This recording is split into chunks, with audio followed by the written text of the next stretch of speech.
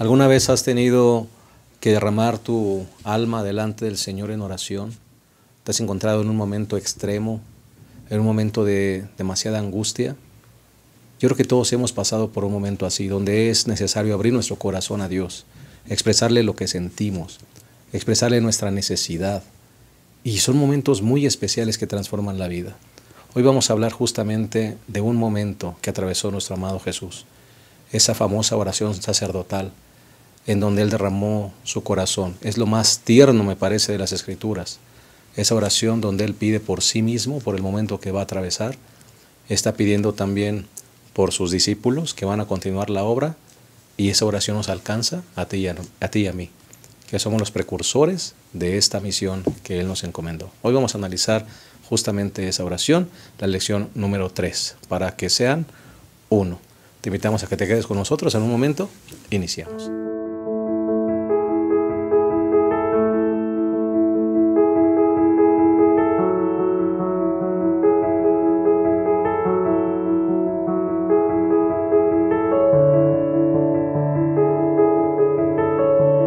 Estamos listos para analizar y desarrollar esta lección número 3, titulada Para que sean uno. Estamos hablando justamente de la unidad. Y hoy tenemos 3 invitados especiales para que nos apoyen en esta conversación. Iniciamos por el pastor Alejandro Medina Villarreal. Nos da mucho gusto que esté de vuelta aquí con nosotros, no solo en México, sino en este programa. Muchas gracias, pastor. ¿Qué tal, amigos? Un placer saludarlos en esta hora. Gracias por invitarnos para estudiar la lección en esta hora. Claro que sí. Muchas gracias. Pastor Abraham Ramírez, gracias por estar con nosotros una vez más. Gracias, pastor. Estamos aquí para considerar la tercera lección, para que sean uno. Hemos visto que hemos de lograr la unidad, pero que sea en Cristo Jesús. Que ese es el secreto, ¿verdad? Que sea en Cristo. Amén. Pastor Patricio Martínez, gracias por estar con nosotros una vez más. Gracias, pastor, por la invitación. Y bueno, hemos estudiado que la unidad es una parte vital en el cumplimiento de la misión, ¿verdad? Y vamos a estudiar precisamente lo que Jesús pidió para nosotros precisamente en esta semana. Claro que sí. Si les parece bien, el bosquejo que vamos a utilizar será el bosquejo que presenta la lección. El primer punto será la oración por sí mismo, hablando de nuestro amado Jesús. El segundo punto, la oración por sus discípulos. Y el tercer punto, la oración por los que han de venir. Así que, si les parece bien, vamos a hacer una oración antes de iniciar nuestro repaso. Oremos. Cariñoso Padre, nos colocamos en tus manos. Te pedimos que tú nos mantengas en unidad de propósito, en unidad de pensamiento, en unidad de misión, Señor. Que realmente podamos ser confrontados con nuestra realidad. Si hay alguna desunión en nuestra iglesia o en nuestra vida, pueda ser desarraigada con tu presencia. Y que realmente podamos aprender de la relación que tú tenías con tu Padre, Señor, para que podamos reproducirla en nuestras vidas y en nuestra iglesia. Dirígenos en la meditación de tu palabra y en el estudio de esta lección. Lo pedimos en el nombre de Jesús. Amén. Muy bien. Vamos entonces a entrar al primer punto, que es la oración por sí mismo. Pastor Alejandro, una oración, creo que es la oración más larga de Jesús. Esta oración se le llama la sumo sacerdotal, y una oración donde Jesús abre el corazón de manera muy especial, atravesando por un momento complicado de angustia extrema, y entonces hablando a su Padre y dirigiendo esa oración en 3 direcciones. Esa es una de las virtudes del Evangelio de Juan, pastor, el hecho de abrir el diálogo de los personajes bíblicos es una característica del Evangelio de Juan.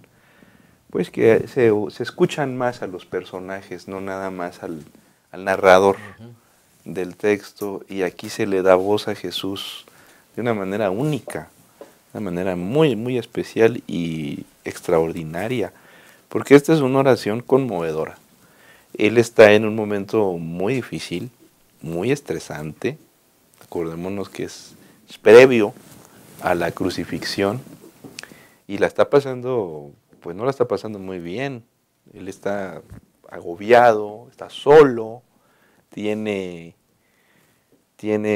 conciencia de que ahí viene un momento muy complicado, Y no podemos dejar de pensar que él no tiene la facultad de usar sus poderes divinos, es un ser humano como nosotros, y él está en una situación de estrés muy fuerte. Y en ese momento el Señor decide orar, elevar una oración que se alcanza a percibir en el lenguaje del Señor cierto nivel de ansiedad. Es decir, sí se escucha a un Jesús pues con una profunda necesidad del Señor, del Padre Celestial, y esta oración revela una de las grandes preocupaciones que tenía Jesús, y esa preocupación es la unidad de sus discípulos y de los que iban a venir.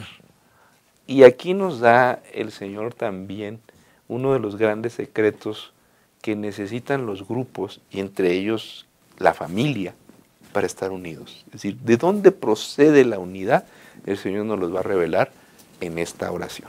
Claro que sí. Pastor Abraham, es importante mencionar que Jesús no era un kamikaze, ni siquiera un mártir. Jesús voluntariamente decidió morir en nuestro lugar, decidió subir a la cruz, por amor.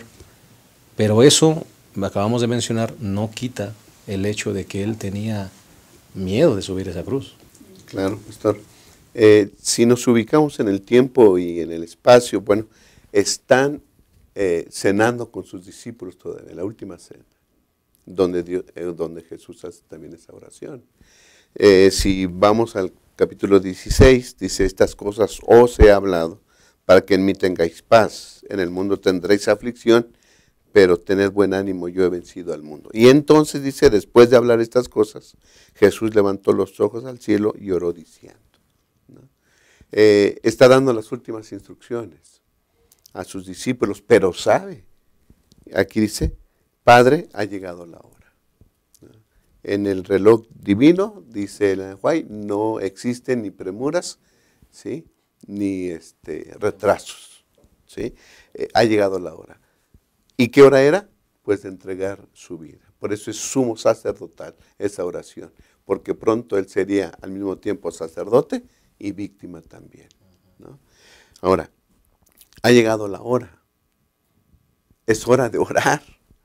Es hora de poner no tan solo a sus discípulos, como siempre lo había hecho, sino ahora su misma persona en las manos de su Padre, porque lo necesita. Como se ha dicho, es un ser humano, no es un loco suicida. Él, lo vemos en su oración después en el huerto: si es posible, pase de mí esta copa. Si hay otra manera de hacer esto, pues adelante, pero que se haga tu voluntad y no como yo quiero. Así que entonces el Señor Jesús pone su persona, pone su vida en las manos de su Padre Celestial, ¿no? Para que entonces se haga la voluntad del Padre. ¿Por qué? Porque Él se ajusta al plan que se tiene. Dice, yo te he glorificado aquí en la tierra, dice el versículo siguiente, yo te he glorificado. ¿Cómo glorifica Jesús al Padre? Bueno, cumpliendo el propósito por el cual vino a este mundo, que es redimir a la raza humana, ¿no? Yo te he glorificado, he hecho tu voluntad. ¿Okay? Así que entonces el Señor Jesús está dispuesto a ir a la cruz, está dispuesto a ir a la muerte para cumplir el propósito por el cual vino a este mundo y de esa manera glorificar a su Padre.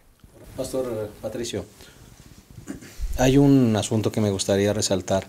¿Qué se hace en los momentos de angustia? ¿Qué hacemos o cómo reaccionamos en los momentos de angustia?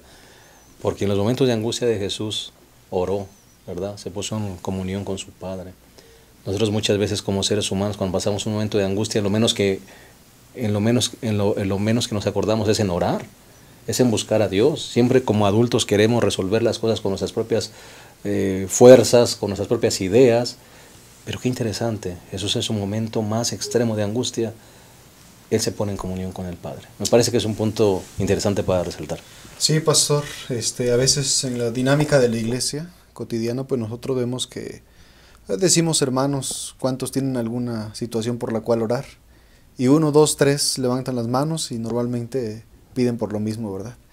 Pero hay una diferencia muy grande cuando esa misma persona está pasando por una angustia, ¿sí? Que se da cuenta que ya es sobrenatural, por decirlo así. Y Jesús precisamente nos enseña ese modelo, ¿sí? Es interesante que antes de que Jesús fuera crucificado, pues se presentan más de 2 oraciones de Jesús, estando en la misma cruz todavía, clamando a su Padre, lo que hemos mencionado de la oración sumo sacerdotal, en el huerto del Getsemaní. O sea, Jesús tenía una comunión tan cercana con Dios, ¿verdad? Tan estrecha, una unidad, como dice la lección, que él entendió que solamente dependía su vida de él, ¿sí? Y es por esa razón que él menciona eso. Ahora dice el texto, quiero mencionar lo que dice Jesús aquí: yo te he glorificado en la tierra, lo que decía el pastor, y he acabado la obra que me encargaste, ¿sí? A pesar de que todavía no estaba en la cruz, ¿sí? Jesús ya veía la victoria, ¿sí? Porque estaba su vida puesta en las manos de Dios. Ahora, ¿cómo habrán recibido 11 o 12 discípulos esa oración? Yo creo, pastor, que esta oración cambió la vida de los discípulos. Porque además en esa oración está incluida la unidad que ellos deben mantener para el cumplimiento de la misión. Precisamente. Y recién ellos habían peleado que quién quería ser el mayor. Y Jesús dice, yo quiero que sean uno, como tú y yo somos uno. ¿Qué conlleva esa petición de Jesús? Que se mantengan unidos como tú y yo estamos unidos, Pastor Alejandro. Fíjate que la relación con Dios es la base de la unidad. Es decir, la unidad es una fantasía, a menos que uno tenga relación con Dios.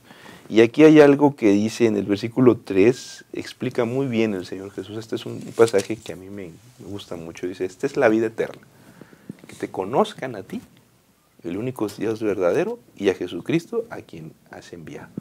En eso consiste la vida espiritual.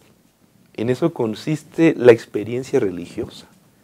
Conocer a Dios y a Jesús. Es decir, el verbo conocer, tanto en griego como en hebreo, para los que les gusta investigar, ginosko en griego y yada en hebreo, tiene un significado similar. Es una relación íntima que incluso en algunos pasajes se utiliza para referirse a la relación íntima entre el esposo y la esposa.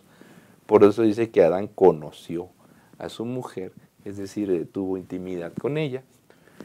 Y cuando dice la palabra de Dios, conocer a Dios, que te conozcan así, es que tienen que tener una relación íntima con Jesús, y en ese sentido la vida sexual es una especie de metáfora de la espiritualidad del ser humano, por eso debe ser sagrada para el matrimonio.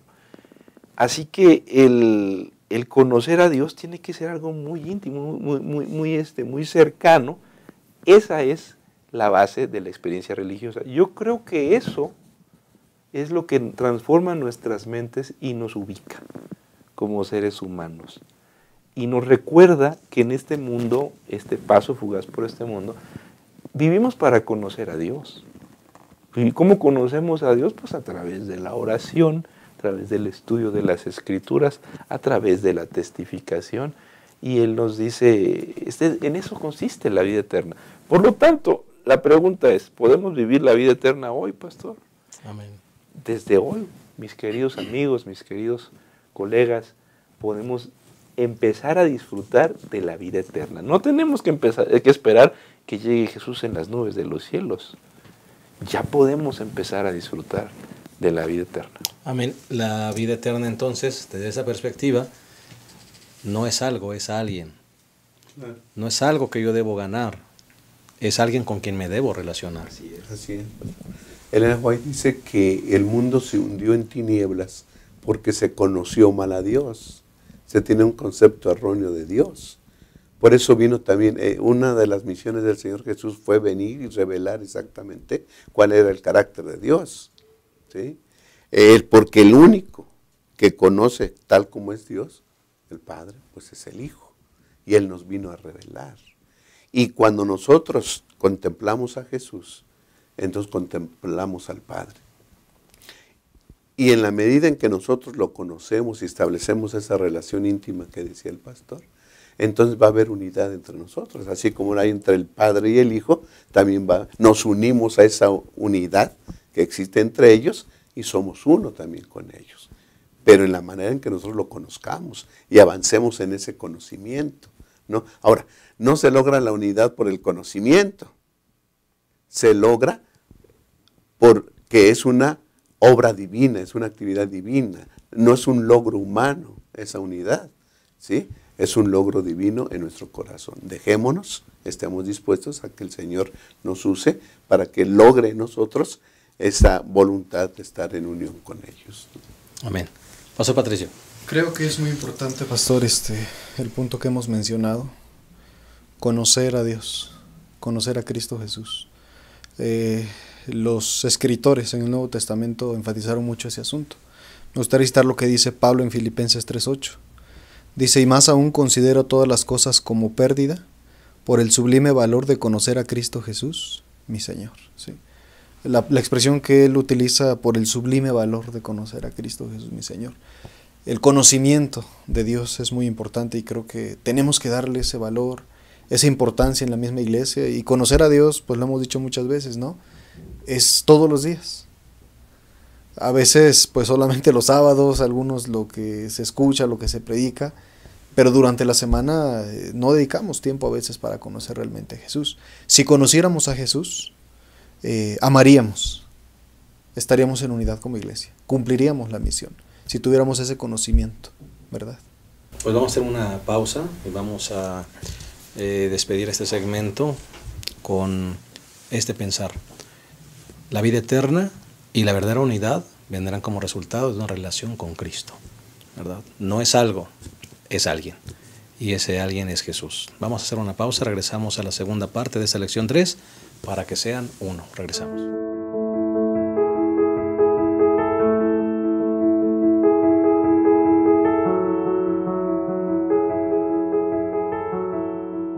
El mensaje de la educación es el mensaje del Evangelio. Cristo, además de presentar la palabra de Dios, la enseñó. Cristo es el gran maestro. El mensaje de la educación es un mensaje ligado a la palabra de Dios. Por eso, hoy quiero invitarte a adquirir 2 extraordinarias obras que hablan acerca de la educación cristiana. El primero es de George Knight y se llama Mitos del Adventismo. Es un libro extraordinario con reflexiones muy importantes sobre la educación cristiana que a veces uno piensa, pero que en realidad no son así. Este es un libro que te va a cambiar la vida y te ayudará a valorar las escuelas cristianas y cuál es su verdadera función en nuestra iglesia. George Knight una vez más nos ofrece una maravillosa obra sobre la filosofía de la educación cristiana, Educación para la Eternidad. Esta es una obra que todo miembro de iglesia debe leer. La educación cristiana no es exclusiva de las escuelas, es parte del Evangelio. Por eso es importante que leas este libro y lo compartas con los demás. George Knight es uno de los autores más reconocidos de nuestra iglesia y hoy lo tenemos en nuestro idioma a través de Gema Editores. Te invito a adquirir estas obras extraordinarias sobre educación en tu librería de Gema Editores más cercana.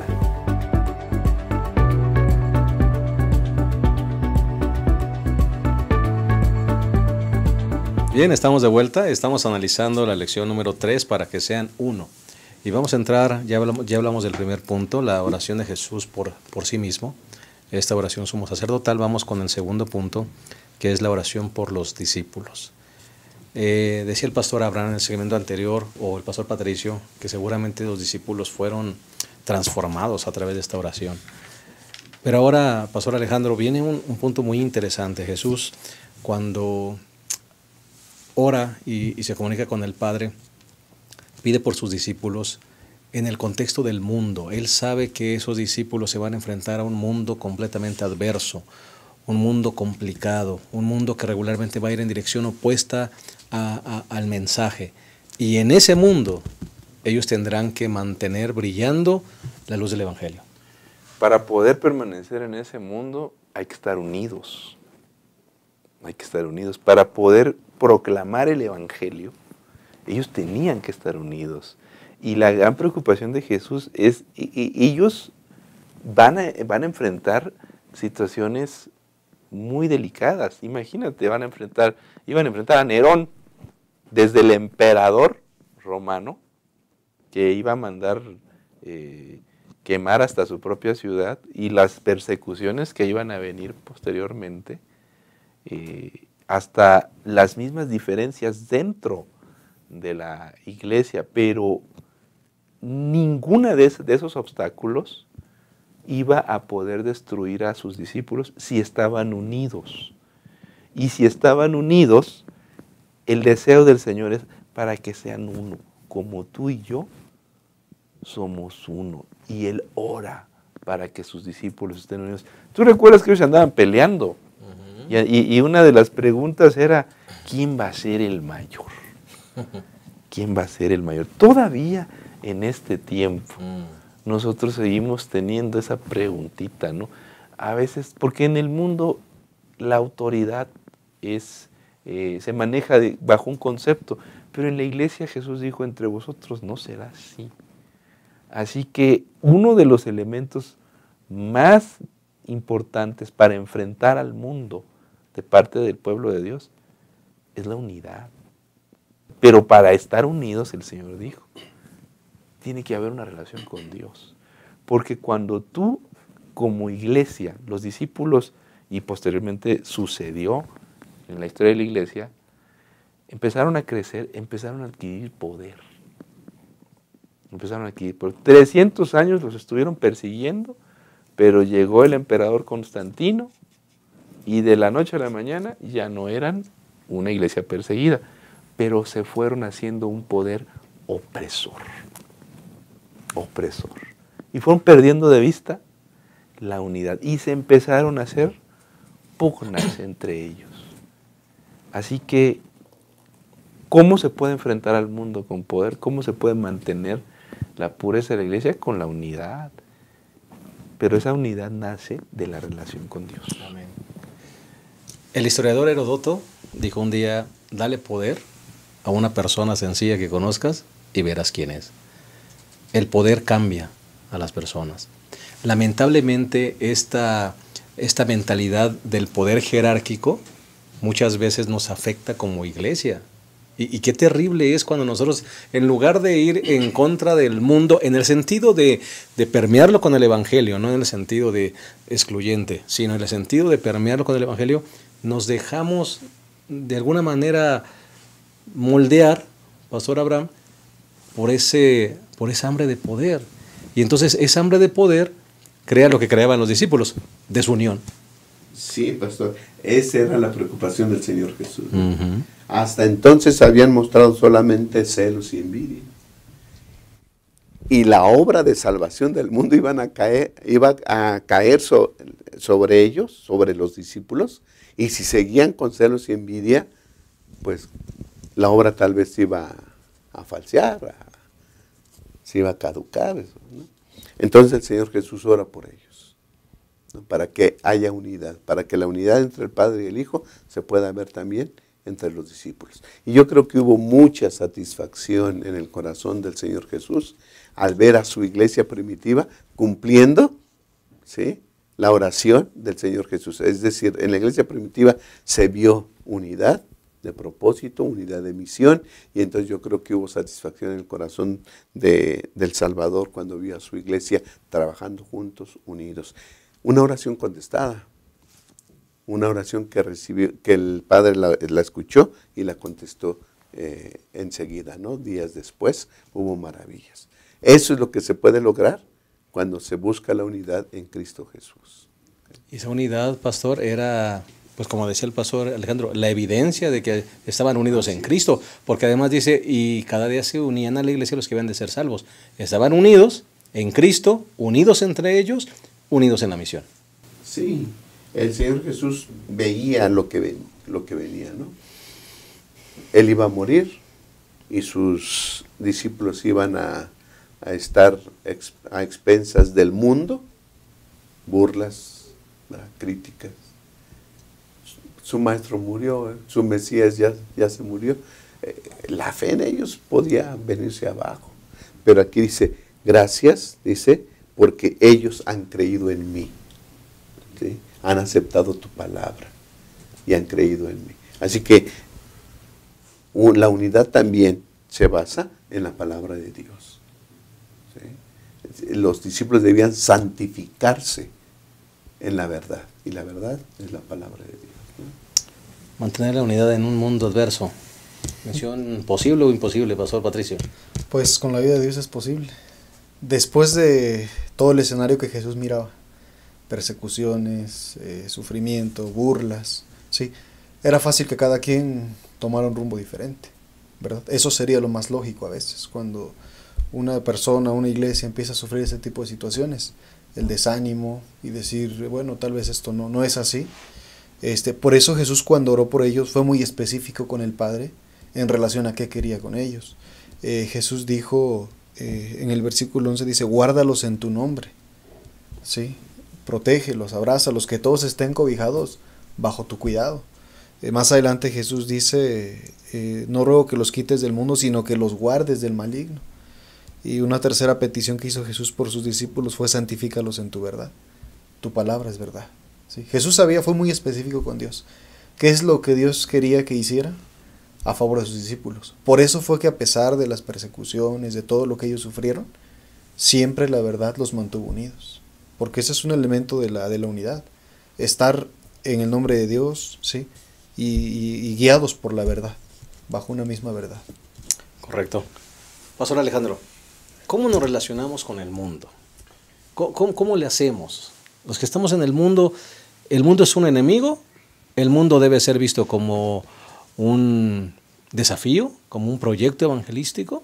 Aquí hay dos perspectivas.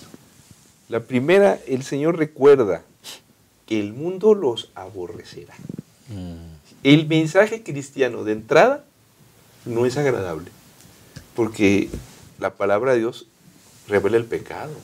¿A quién le gusta que le digan sus errores? Que está mal.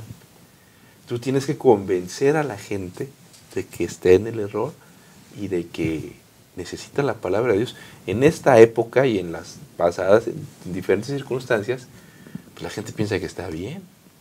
Pero dice, el mundo, yo les he dado tu palabra y el mundo los aborreció y vinieron las persecuciones. Hoy el mundo nos sigue aborreciendo a su manera, pero el mundo sigue aborreciendo la palabra de Dios. ¿Cómo llevarnos con el mundo? No, hay que tener cuidado, porque nosotros no estamos para odiar a la gente. Nosotros tenemos que aprender a amar a las almas e ir por ellas. Pero nos podemos contaminar en este mundo. En este tiempo, nosotros estar tan cerca, como han dicho los colegas, pues el mundo tiene conceptos de autoridad o de autoritarismo equivocados.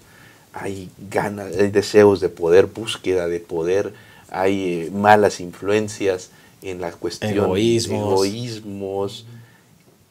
Además, hay conceptos que el mundo nos mete, que nos han educado a muchos de nosotros en ciertas culturas de donde estemos, que no tienen el fundamento bíblico o que no es lo que dice la palabra de Dios.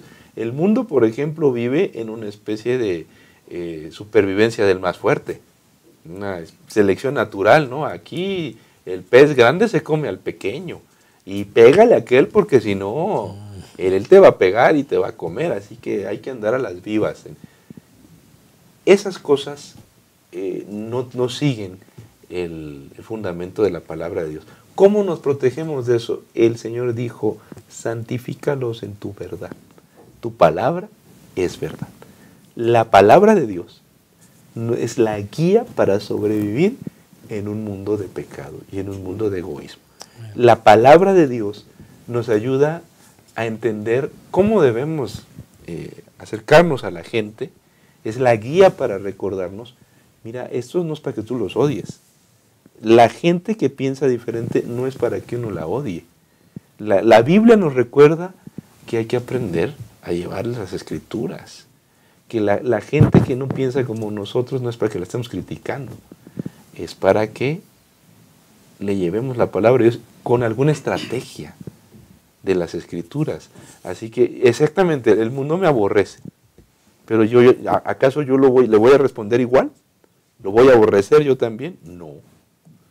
¿Cómo? Y además, ¿cómo me cuido de todas esas influencias, de los malos conceptos sobre la unidad? Con la palabra de Dios. Santifícalos en tu verdad, tu palabra es verdad. ¿Qué actitud tomar ante el mundo? El mundo nos va a aborrecer. ¿Qué actitud debemos tomar nosotros? Bueno, sí, la respuesta está en la palabra de Dios. Ora por tu enemigo, pide por el que te hace mal. O sea, la actitud correcta está aquí.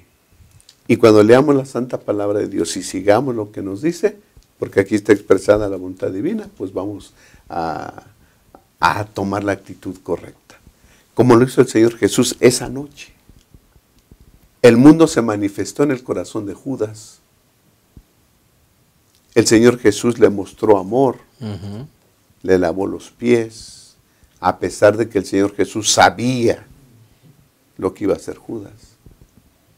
Se perdió uno, porque ese uno tomó las cosas del mundo. Se dejó contaminar. Se dejó contaminar por el mundo, ¿verdad? Bueno, pero aquí vemos la actitud correcta ante el mundo.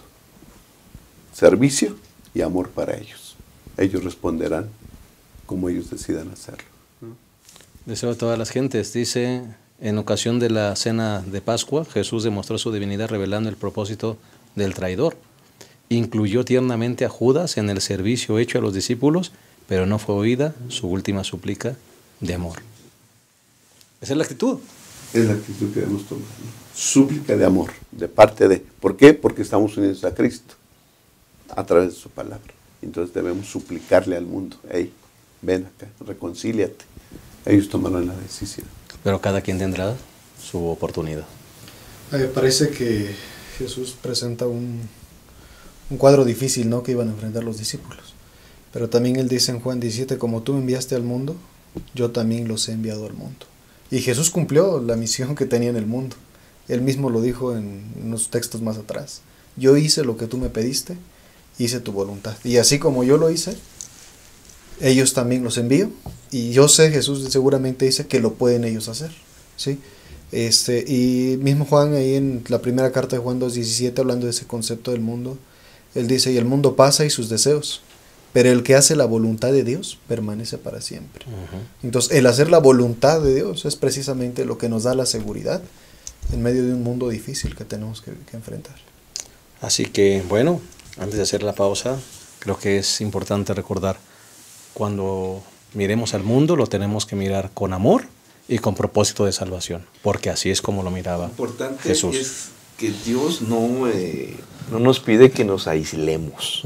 Dice el versículo 15, no te pido que los quites del mundo, sino que los apartes del mal. Nosotros tenemos que predicar, tenemos que relacionarnos con la gente, tenemos que compartir la palabra. No somos ermitaños, ni solamente nos vamos a llevar por pura gente que piensa con pura gente que piensa como nosotros. Jesús no lo hacía. No, el Señor se relacionaba con los demás. Hay que tener amigos que no son creyentes. Hay que ir a trabajar, hay que hacer vida en el mundo.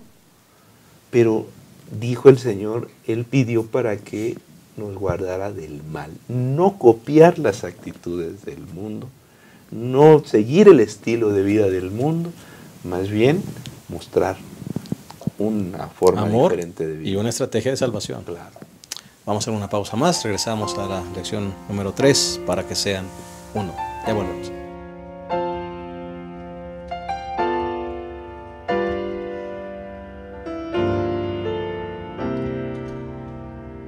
Padre, a ti mi vida entrego, sinceramente yo te pido, vence conmigo mi Señor.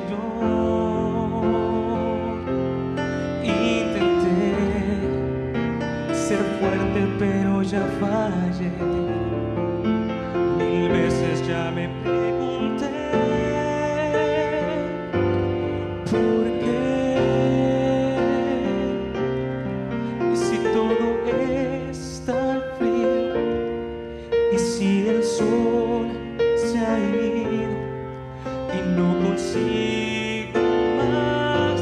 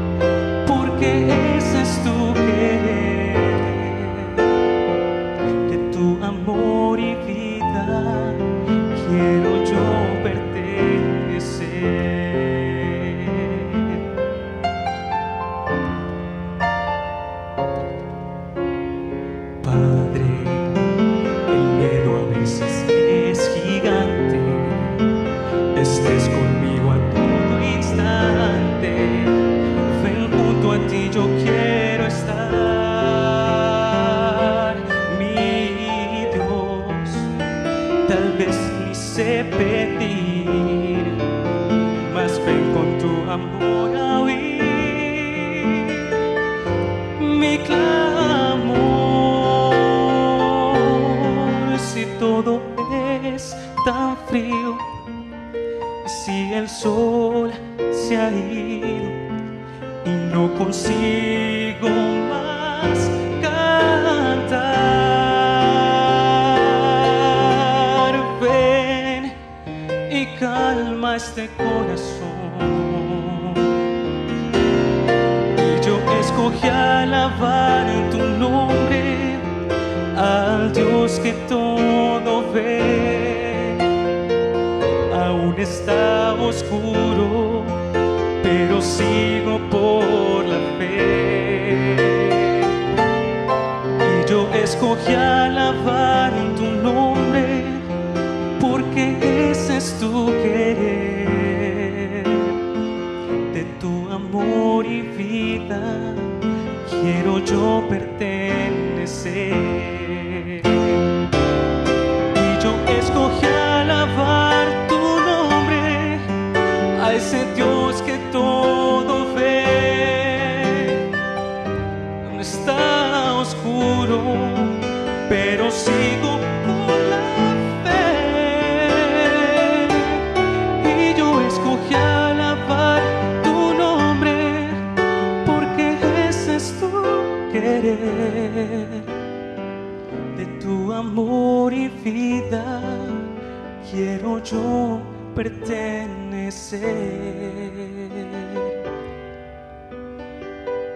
De tu amor y vida quiero yo pertenecer. Bien, estamos llegando a la tercera y última parte de esta lección número 3 para que sean uno. Vamos a hablar en este tercer punto de la oración que el Señor hace en favor de los que han de venir, de los que han de creer. Colegas pastores, definitivamente yo estoy convencido, el Señor cuando ora, pues aún por nosotros, Pastor Medina. La oración nos alcanza a todos nosotros que estamos viviendo en estos últimos tiempos. El Señor ora también por nosotros y también vuelve a enfatizar que la evidencia de que estamos realmente siendo sus seguidores y sus discípulos parte de la unidad.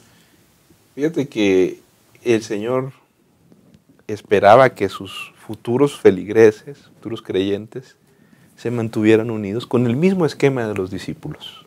El mismo esquema. La relación con Dios, primero. Que de ahí la unidad entre todos nosotros.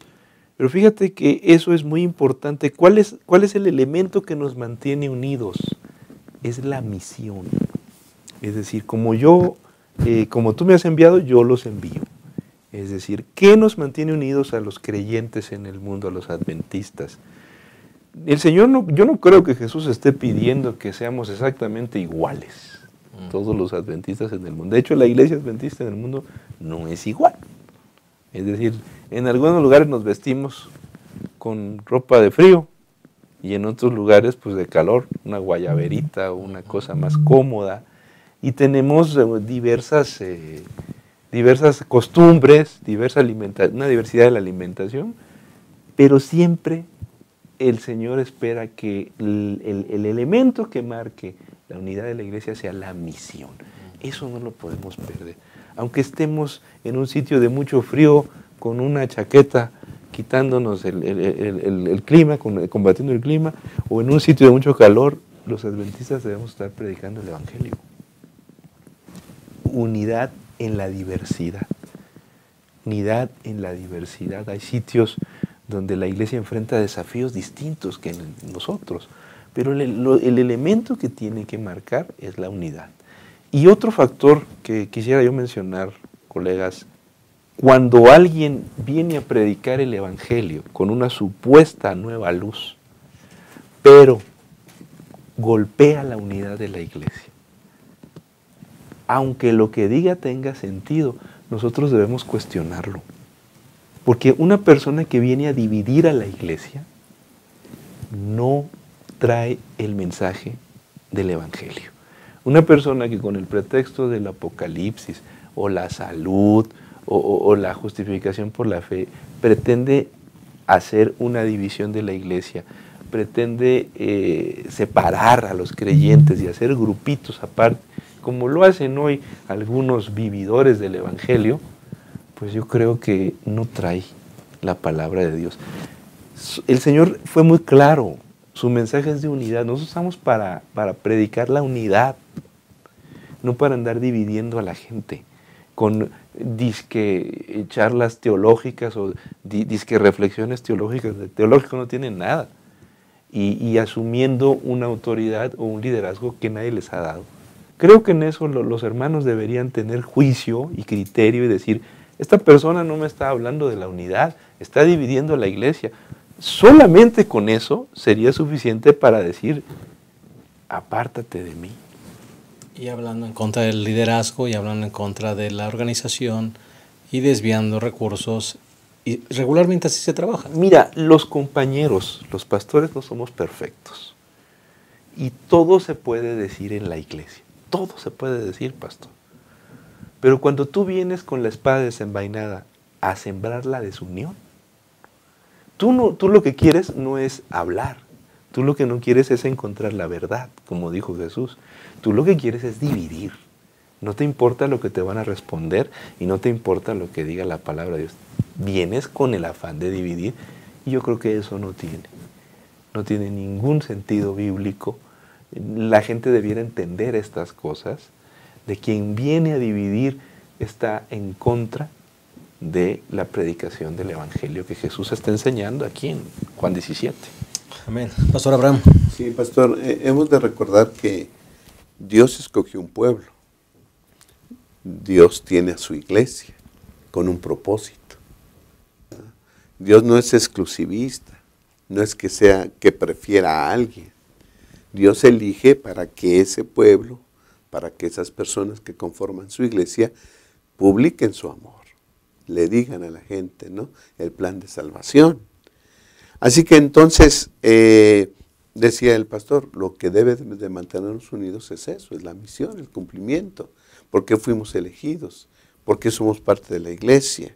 Ahora, cuando no hay unidad, esto se diluye y no hay el poder de la predicación, pues se diluye y no hay fuerza para predicar el Evangelio.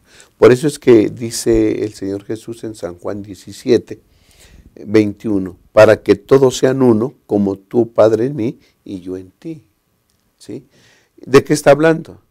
Dice, no ruego solamente por ellos, por los discípulos, sino también por los que han de creer en mí, por la palabra de ellos. Es decir, los que predican deben estar unidos para predicar, pero se van a unir otros que piensan diferente, que han crecido diferente, que han sido educados diferente, ingresan también a la iglesia.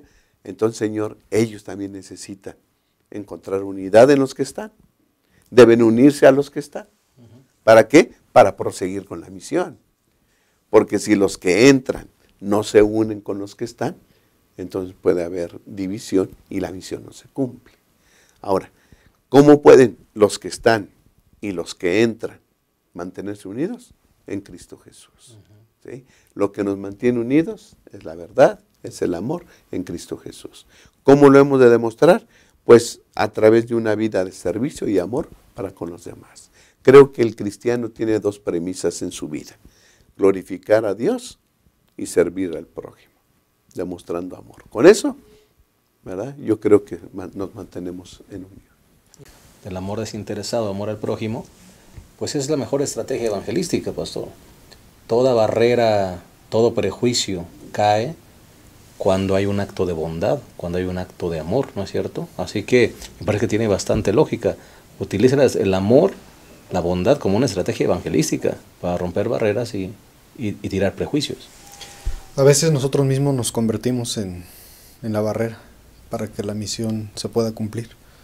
Jesús lo dijo muy claro, pastor, y usted lo ha mencionado. Jesús dijo, estén unidos para que el mundo crea que tú me enviaste. A pesar del panorama del mundo que se había presentado, Jesús dijo, el mundo va a creer. ¿Sí? ¿Y cuál es ese elemento que ellos han de considerar? Pues precisamente la unidad de los discípulos. Ahora, dice la lección que Jesús y el Padre, ellos estaban unidos perfectamente en amor hacia la humanidad, en propósito hacia la humanidad. Y nosotros entonces tenemos que reproducir ese mismo modelo. Dice el versículo 23, yo en ellos y tú en mí, para que sean perfectos en unidad. O sea, Dios no espera menos de nosotros, sino ese mismo amor desinteresado que ellos, Jesús le ha manifestado al mundo. Correcto. Pastor Medina. Solamente enfatizar lo que decía el pastor hace un momento de, pues, precisamente la prueba que le debemos dar al mundo, que somos creyentes, es que estamos unidos.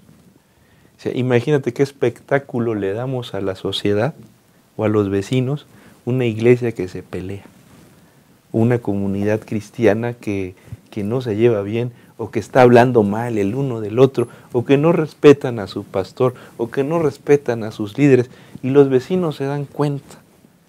Es decir, menudo espectáculo, ridículo, es una iglesia desunida en este mundo.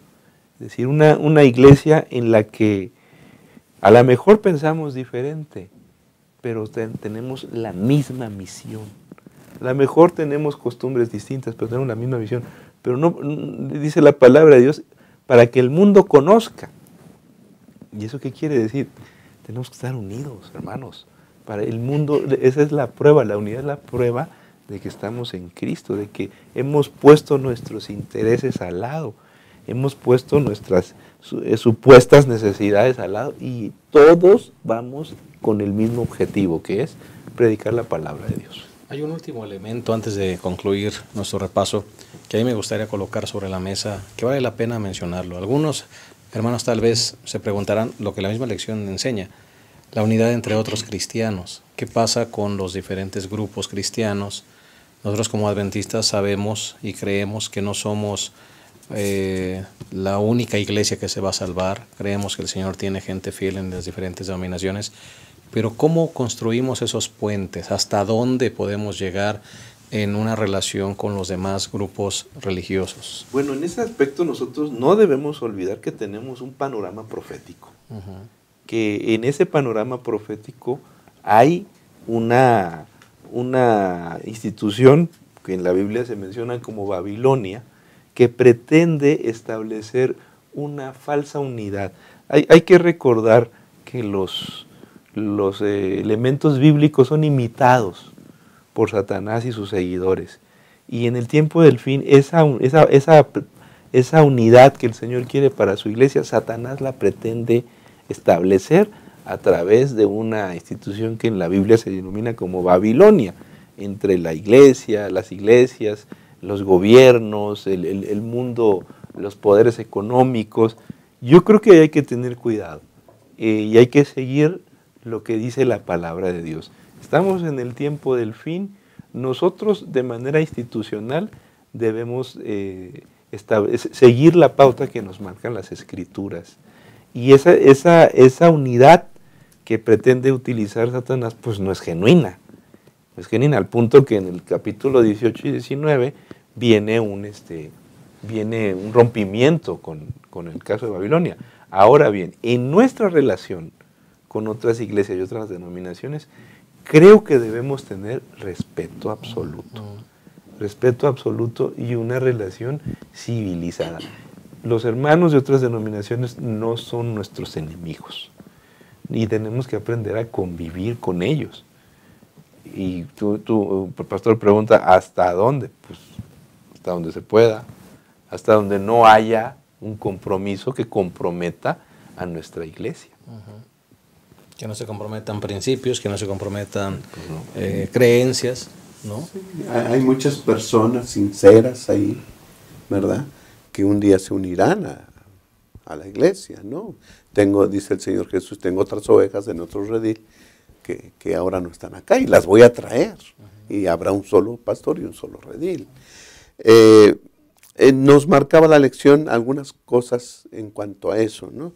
De hasta dónde debemos ir con ellos. Bueno, tenemos intereses sociales comunes, por ejemplo, la temperancia, la libertad religiosa y esas cosas. Yo creo que ahí podemos convivir con ellos en cuanto a eso. Pero no comprometer nuestras creencias y prácticas. Creo que ese es el punto especial, y aprovechar esa relación que se pudiera dar para presentar la verdad tal cual está en el Evangelio, en la palabra de Dios. Creo que esas tres cosas, ¿verdad? Algunos asuntos sociales que promuevan y que esté basado en la santa palabra de Dios, no comprometer nuestras creencias y nuestras prácticas, y aprovechar esa relación para predicar el Evangelio. Así es, ¿no? Muy bien, vamos a concluir entonces nuestra lección. Hemos llegado al final de esta lección 3 para que sean uno. Vamos a despedirnos como acostumbramos con un comentario final de todos los que componemos esta mesa de diálogo, comenzando con el pastor Alejandro, agradeciendo el que haya estado con nosotros. Muchas gracias. Ojalá que podamos mantenernos unidos todos en la misión y que prediquemos el Evangelio, a pesar de que somos creyentes en el mundo con una diversidad de costumbres y formas de pensar a veces. No olvidemos que lo que nos une es la misión. Gracias. Pastor Abraham. Creo que una de las preguntas que todo cristiano se hace es ¿cómo puedo ser salvo? Bueno, la respuesta está aquí. Esta es la vida eterna. Que te conozcan a ti, el único Dios verdadero, y a Jesucristo al cual es enviado. Procuremos una relación plena, íntima con el Padre, con el Hijo, ¿verdad? Para que podamos tener la vida eterna y mostremos la unidad y el amor que se requiere de cada miembro de la iglesia. Muchas gracias. Pastor Patricio. Jesús oró por nosotros, pero tenemos una parte que hacer. Dice el libro Testimonios para la Iglesia, cuán fervorosamente deben tratar de contestar esta oración en su vida los que profesan seguir a Cristo. Debemos esforzarnos porque esta oración sea una realidad en nuestra vida. Amén. Pues la mejor evidencia de que somos verdaderos seguidores de Jesús es la unidad. Que esta unidad realmente permee nuestras iglesias, nuestros hogares y nuestras vidas. Y que todo venga como resultado de una relación especial y permanente con Cristo. Esperamos la próxima semana en un repaso más de nuestra lección. Que Dios les llene de ricas y abundantes bendiciones. Hasta la próxima.